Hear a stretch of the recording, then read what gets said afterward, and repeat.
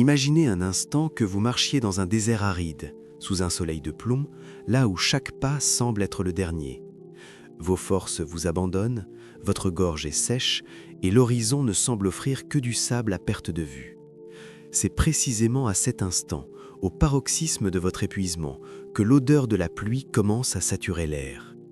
Vous ne la voyez pas encore, mais la terre, elle, sait qu'elle va revivre. Dans votre vie spirituelle, il existe un phénomène identique. Vous traversez peut-être une période où tout semble figé, où vos prières semblent rester sans réponse et où la solitude devient votre seule compagne. Mais écoutez bien, ce vide n'est pas un gouffre, c'est un réceptacle. Allah, dans sa sagesse infinie, n'éprouve jamais un cœur sans avoir déjà décrété sa guérison. Ce que vous prenez pour un abandon est en réalité une préparation méticuleuse. Le silence d'Allah n'est pas une absence, c'est une stratégie divine pour affiner votre âme. Si vous ressentez que le poids du monde écrase vos épaules, c'est qu'Allah s'apprête à élever votre rang. Ce script n'est pas arrivé sur votre écran par hasard, c'est un message direct pour votre âme fatiguée. Nous allons explorer ensemble les signes sacrés qui prouvent que votre saison de larmes touche à sa fin et que l'ère de la bénédiction commence. La vie du croyant est un cycle de saisons orchestré par Al-Hakim, le sage. Rien n'est laissé au hasard, pas même le battement d'une aile de papillon ou la chute d'une feuille en automne. Pour comprendre la bénédiction qui vient, il faut d'abord comprendre la nature de l'épreuve. En islam, l'épreuve, l'ibtila, n'est pas une punition mais un polissage.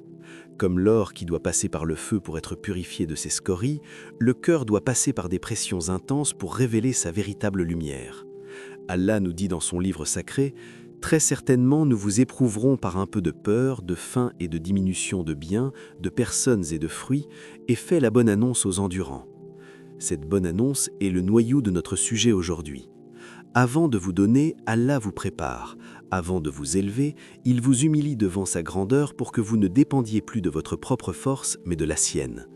Comprendre ces signes, c'est apprendre à lire le langage invisible d'Allah dans notre quotidien.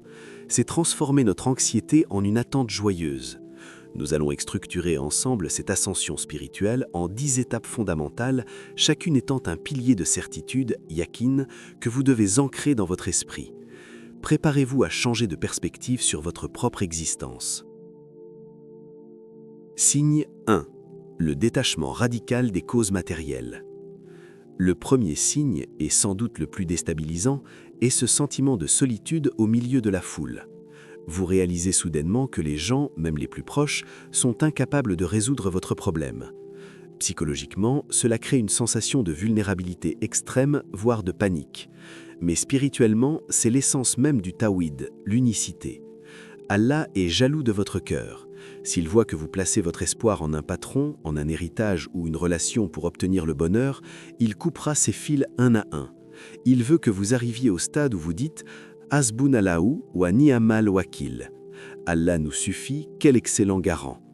C'est le signe qu'Allah veut être la seule source de votre subsistance, risque. Lorsque vous ne voyez plus d'issue humaine, c'est que l'issue divine est sur le point de se manifester. Regardez l'histoire d'Ibrahim a.s. lorsqu'il fut jeté au feu. Il refusa l'aide des anges pour ne demander que celle d'Allah. Résultat, le feu devint fraîcheur et paix.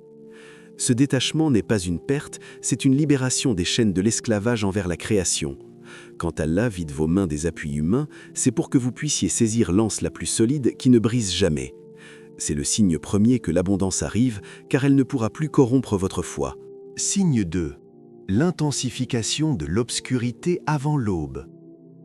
Il existe un principe physique et spirituel, la pression atteint son maximum juste avant l'explosion, et l'obscurité est la plus dense juste avant que les premiers rayons du soleil ne percent l'horizon. Psychologiquement, c'est le moment où le croyant est tenté par le désespoir, yas. Vous avez l'impression que chaque fois que vous faites un pas en avant, la vie vous en fait faire 10 en arrière. Mais c'est ici que réside le secret. Allah intensifie l'épreuve pour maximiser la récompense. Dans le Coran, Allah dit « À côté de la difficulté est certes une facilité ». Le mot « à côté » ma'a, indique une simultanéité. La solution est déjà là, elle est cachée derrière le voile de la difficulté. Si votre épreuve devient insupportable, c'est que vous êtes au sommet de la montagne. La descente vers la vallée de la paix est imminente. Les prophètes eux-mêmes ont traversé ce stade de suffocation spirituelle avant que la terre ne s'ouvre pour eux. Ce signe est une invitation à ne pas lâcher au dernier moment. Votre bénédiction est comme un fruit, elle a besoin de temps pour mûrir, mais une fois prête, elle tombe d'elle-même. L'intensité de votre douleur actuelle est directement proportionnelle à la grandeur de la joie qui vous attend. Ne reculez pas, le rideau est sur le point de se lever sur un nouveau chapitre de votre vie. Signe 3. L'inspiration soudaine vers l'istighfar, le pardon. Avez-vous remarqué que, sans raison apparente, votre langue commence à répéter « Astaghfirullah » ? Je demande pardon à Allah, à chaque instant, en voiture, en cuisinant, avant de dormir. Psychologiquement, l'esprit cherche un ancrage, mais spirituellement, c'est Allah qui délie votre langue. C'est l'un des signes les plus puissants de l'ouverture imminente. Le prophète SAES a dit que celui qui multiplie les istighfar, Allah lui accorde une issue pour chaque détresse et une subsistance d'où il ne s'attendait pas. Le péché agit comme un barrage sur une rivière. Il bloque le flux de la grâce divine. En vous inspirant de demander pardon, Allah est en train de lever les vannes. Il nettoie votre dossier pour que la bénédiction descende sur un terrain pur. Si vous ressentez ce besoin viscéral de revenir à lui, de vous repentir pour des erreurs passées même oubliées, sachez que c'est Allah qui vous appelle à sa table. On ne frappe pas à la porte du pardon sans que le roi ne finisse par ouvrir. Cet automatisme de la langue est le prélude à un changement de destin. Le pardon est la clé magique qui ouvre les portes fermées du ciel. Si Allah vous permet de lui demander, c'est qu'il a déjà décidé de vous donner. C'est la preuve que votre cœur est de nouveau aligné avec sa source originelle. Signe 4. Le brisement du moi et l'humilité profonde. Un autre signe majeur est ce que les soufis appellent al-inkisar, le brisement. C'est cet état où vous n'avez plus aucune prétention. Vous ne vous sentez plus meilleur que quiconque, vous ne cherchez plus à avoir raison, vous vous sentez simplement comme un serviteur indigent à la porte de son maître. Psychologiquement, cela peut ressembler à une perte de confiance, mais spirituellement, c'est une élévation de conscience. Allah dit dans un hadith qudsi « Je suis auprès de ceux qui ont le cœur brisé pour moi ». Tant que le récipient est plein de lui-même, d'ego, de fierté, de suffisance, Allah n'y verse pas sa lumière. C'est quand le récipient se fissure et se vide que la grâce peut l'inonder. Si vous pleurez dans vos prosternations comme un enfant perdu, si vous ressentez une dépendance totale envers Allah pour chaque souffle, alors réjouissez-vous. Ce brisement est la porte d'entrée de la wilaya, l'intimité avec Allah. Allah brise votre ego pour laisser place à sa grandeur. C'est le signe qu'il va vous confier une bénédiction immense, car il sait désormais que vous ne vous en attribuerez plus le mérite. Vous direz « Ceci vient de la grâce de mon resserre ». Cette humilité est le tapis rouge sur lequel la bénédiction divine va défiler dans votre vie. Signe 5. Le changement d'environnement et les pertes nécessaires. Parfois, Allah prépare une bénédiction en retirant brutalement des personnes ou des opportunités de votre vie. Vous perdez un emploi, un ami vous trahit, un projet s'effondre. Psychologiquement, c'est traumatisant. On se demande « Pourquoi moi ?» Mais spirituellement, c'est une opération chirurgicale divine. Allah enlève ce qui est toxique pour vous avant de vous donner ce qui est bénéfique. Imaginez que vous vouliez construire un palais, mais qu'à la place, il y ait une vieille cabane en ruine. Allah doit d'abord raser la cabane. La perte que vous subissez aujourd'hui est le déblayage du terrain. Dans la sourate Al-Kahf, le Khidr endommage le bateau des pauvres gens pour les sauver d'un roi tyran qui saisissait tous les bateaux intacts. La perte était en réalité un sauvetage. Si des portes se ferment devant vous, ne grattez pas la serrure jusqu'à vous ensanglanter les doigts. Laissez-les fermer. Allah vous en prépare une autre, beaucoup plus large et plus lumineuse. Ce signe de nettoyage par le vide est la preuve qu'une nouvelle architecture de vie est en train d'être dessinée pour vous par le plus grand des architectes. Ce qui vous quitte n'était pas pour vous, et ce qui vous est destiné ne vous ratera jamais. Signe 6. La paix intérieure dans le chaos. as-sakina. Le signe le plus mystérieux est sans doute la sakina. C'est cette paix profonde, presque irréelle, qui descend sur votre cœur alors que votre situation extérieure est catastrophique. Psychologiquement, c'est un état de résilience exceptionnel. Spirituellement, c'est une preuve de la présence divine. Allah dit, c'est lui qui a fait descendre la sakina dans les cœurs des croyants pour qu'ils ajoutent une foi à leur foi. Si vous arrivez à sourire alors que vous ne savez pas comment vous allez payer vos factures le mois prochain, ce n'est pas de l'insouciance, c'est de la certitude. C'est le signe que votre âme a capté un signal que votre cerveau n'a pas encore décodé, le signal du secours imminent. Le prophète, sallallahu alayhi wa sallam, et Abu Bakr, dans la grotte de Taour, entourés d'ennemis, ont vécu cette sakina. Ne t'afflige pas, Allah est avec nous. Si vous ressentez ce calme, c'est que l'ordre de votre libération a déjà été signé dans le ciel. Il ne reste plus qu'à attendre qu'il se manifeste dans le temps terrestre. Cette paix est le parfum de la bénédiction qui arrive. Vous ne voyez pas encore la fleur, mais vous sentez déjà son odeur. C'est une confirmation directe de votre Seigneur que le pire est derrière vous. Signe 7. L'inspiration vers des invocations spécifiques. Avez-vous remarqué qu'une invocation particulière, un doigt, vous colle à la peau? Vous la répétez sans cesse, elle résonne en vous avec une force inhabituelle. Psychologiquement, c'est une fixation mentale, mais spirituellement, c'est un rendez-vous. Omar ibn al-Khattab disait « Je ne m'inquiète pas de l'exaucement, je m'inquiète de l'invocation. Car si l'invocation m'est inspirée, l'exaucement l'accompagne. » Allah est trop généreux pour inspirer à son serviteur de lui demander quelque chose qu'il n'a pas l'intention de lui donner.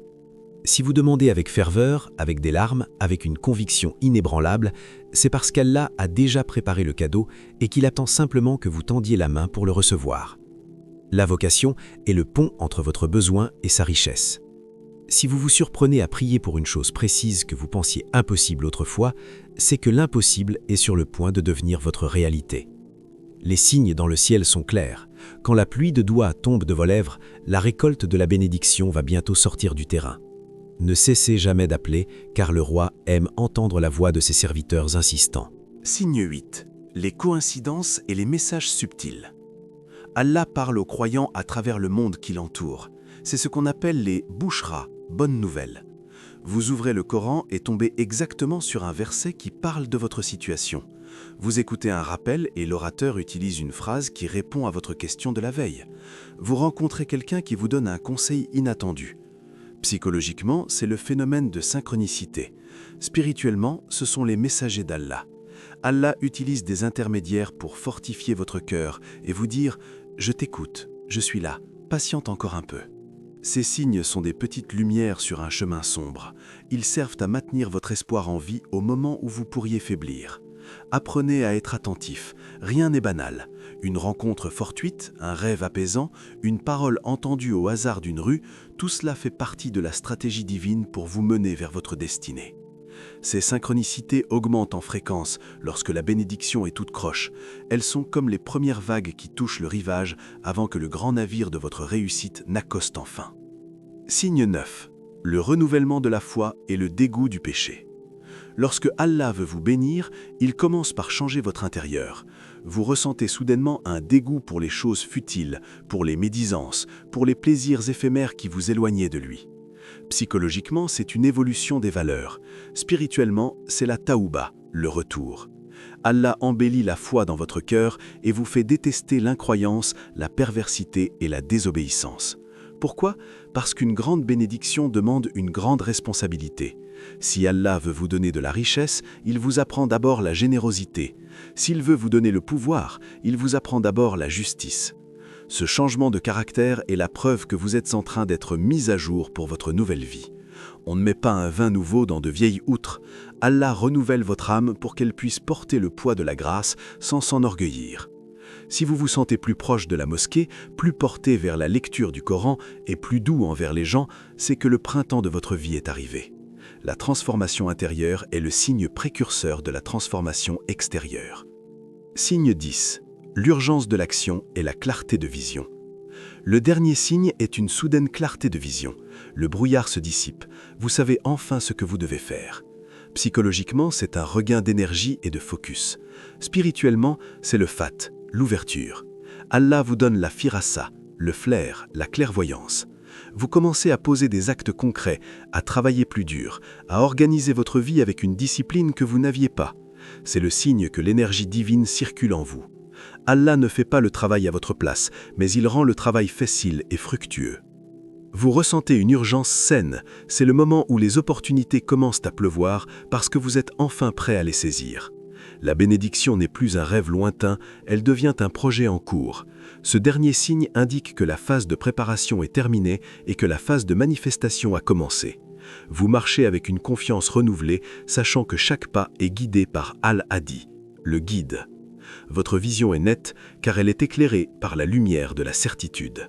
Regardez le chemin parcouru. Regardez ces nuits de larmes où vous pensiez que personne ne vous entendait. Chaque soupir a été enregistré. Chaque larme a été comptée par les anges. Allah n'est pas un maître injuste, il est Ar-Rahman, le tout miséricordieux. Si vous avez tenu bon, si vous avez gardé une bonne opinion de lui malgré la douleur, alors préparez-vous au choc de la gratitude. La bénédiction qui arrive sera si immense qu'elle vous fera oublier des années de souffrance en une seconde. Imaginez la joie de Yacoub retrouvant son fils Youssouf après des décennies de deuil. Imaginez la joie du prophète entrant victorieux à la Mecque après avoir été banni et humilié. C'est cela qui vous attend.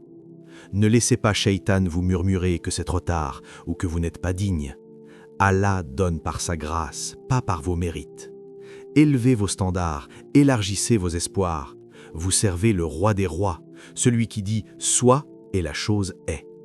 Ressentez cette vibration dans votre cœur, c'est le signal de votre victoire. En conclusion, gardez à l'esprit que ces 10 signes sont des jalons sur votre route. Vous n'avez peut-être pas les 10 en même temps, mais si vous en reconnaissez 2 ou 3, la machine divine est en marche. La clé finale est la gratitude anticipée. Remerciez Allah pour la bénédiction avant même qu'elle ne soit visible. Dites « Alhamdulillah » pour ce qu'il est sur le point d'accomplir. Cette posture de foi absolue force l'ouverture des cieux.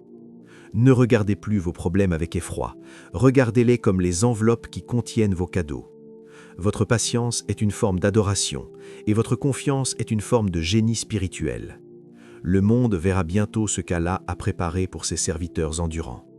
Restez debout, restez digne, restez croyant. Votre histoire ne se termine pas dans la douleur, elle se termine dans la splendeur de la grâce divine. Allah ne brise jamais un cœur pour le laisser en miettes. Il le brise pour que sa lumière puisse enfin y entrer. Et il ne le vide jamais de ses illusions sans avoir déjà prévu de le remplir de ses miracles.